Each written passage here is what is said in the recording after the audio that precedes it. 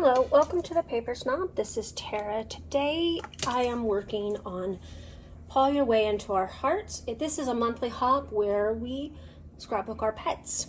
And I'm also working on Scraptember, day number 18. And the prompt for today is stitching. You know me, I love that stitching. So the product that I have sitting here for you is new product to my stash. I bought this at the Tilted Brick up near Denver when I went to the Paige Evans retreat at the beginning of August. They had a lot of product from companies outside of the US, and this one is from Australia. This is called Willow and Grace, and it is just beautiful. Look at these papers. Like, it has doggy stuff and kitty stuff on here as well. The paper is just stunning. It's double-sided. My friend Christine Harden and I split the paper, and I think we split these embellishments. I think this is the one that we split. I don't think we split this one, but maybe. I haven't really decided which piece of paper I'm going to use for this photo. I do know that I think I'm going to bring in a blue color if I can in here, just to add some color other than the neutrals that we've got going on here. It is just stunning. Look at these cut aparts. You could use either side. Cut apart cards. Again, you could use either side.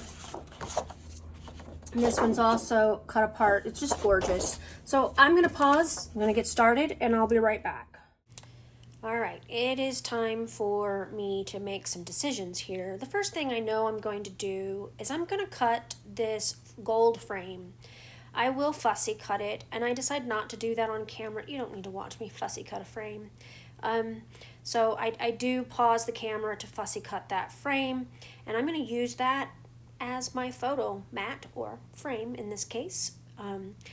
The beautiful scenery in the center I cut out because I'm going to use it as a frame. I'm going to lay it right over that photo. That photo was a 4x6 that I trimmed down to a 4x4. Now I'm going to cut out this burlap, the burlap tag from that cut apart. But first I had to whittle down and decide which background paper I wanted to use, and I decided to use this one with the calico kitty cat on the front, and I will incorporate that kitten into this layout. And now I'm going to take the branding strip off this page of cut aparts, and I'm going to pull out, or I'm going to cut out that burlap tag there, and I'm going to use that as just part of a layering piece. Trying to be very careful what I cut here because I don't want to ruin any of the cut aparts in case I want to go back and grab some others later. I'm going to go ahead and finish trimming down the long pieces of the tag, and I'll take the two little edges off with my scissors there. That's not a big deal.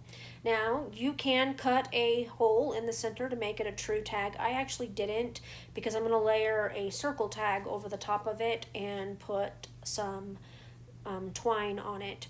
First, I'm just kind of trying out the bits and pieces. I brought in my Viking from 49 Market embellishments. I have included those with my Starlight Dreams collection from 49 Market, but it has the right shades of color in it that are kind of subtly on the mushrooms and some of the flowers and stuff.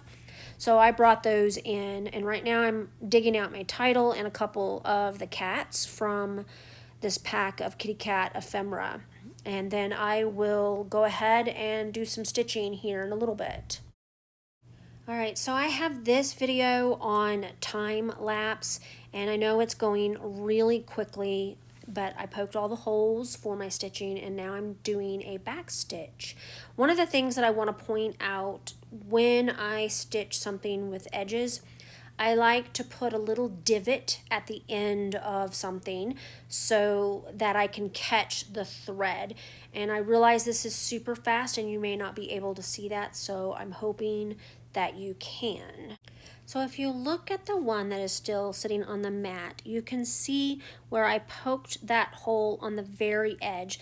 That allows me to catch the thread on the very edge of something, and I do that with corners, I do that with rounded things as well. So what I'm doing as I go along is I scuffed up the edges with my Some Assemblage Required distress tool, and I glued it down to my frame. It's going to go on a diagonal on the frame, and then I'm going to cover up the pieces that don't meet with embellishments. That is the goal. So a back stitch, you start in hole 2, you come up through hole 2, go down through hole 1, come up through hole 3, back down through hole 2, come up through hole 4, and back down through hole 3, and that is a back stitch. So it is one of my favorite stitches, and I'm pretty quick at it.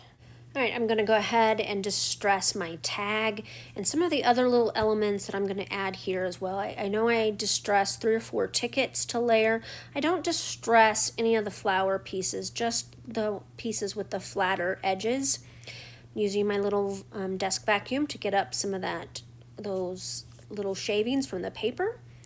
And I'm going to go ahead and get this distressed as well. I'm having a little bit of trouble because I'm trying to do this quickly. I have just finished my workout and I'm really wanting to go eat lunch because I'm hungry, so I'm trying to do this part really quick, and you know, it is what it is. I'm going to get the circle distressed as well. It just says today, and I'm going to use that at the top of that burlap tag from the Uniquely Creative collection that I'm using. I love that I'm able to mix up some of this older 49 Markets product because I have absolutely no full sheets of paper left. All I have left at this point are a couple of 12-inch scraps. They're like 2-inch by 12-inch, and a whole bunch of embellishments, and that's why I stuck them in with 49 Market Starlight Dreams. I did a layout that came out on September 5th where I used old and new, and that's the 2 collections that I used. The one from 49 Market, or both of them are from 49 Market. So I'm layering up those flowers. I'm going to end up moving those kitties. I thought I was going to put them up there, but I'm going to end up layering them with the Calico Cat down at the bottom. Adding a couple phrase pieces. There's a couple of butterflies. There's a butterfly, a dragonfly, and a bird. So I have 3 flying things on here. A couple of mushrooms, a single flower. I've got quite a bit of product here. I'm not going to end up using the floral bit from this collection, and because I pulled in those 2 pieces from 49 Market. I'm also going to add in some enamel dots. If you saw my video yesterday, I actually used 50 enamel dots on that layout because that was our prompt for Iron Crafter Challenge, so it makes me happy to actually grab some more and use them as well. Alright, I got the layout completely finished and pretty happy with all those layers that I got on here. The Viking looks fairly good with this collection. Brings out some of the little color here and there and the mushrooms and other bits and pieces on here. I added bows to my tags, and I put a 3rd one over here just to kind of draw your eye across. Lots of layering, lots of fun with this layout, and a little bit of journaling. So this layout's complete. I want to thank you for coming to my channel today. Make sure that you check out that description box below for the Scraptember playlist and the Paw Your Way Into Our Hearts playlist. Those will both be listed down there. There's a lot of wonderful creatives on both lists. Some of us will have a video on both lists, some of us won't, but you will absolutely be inspired by all of the beautiful layouts that you see today. I hope that you guys have a great Thursday and a great rest of your week. Bye.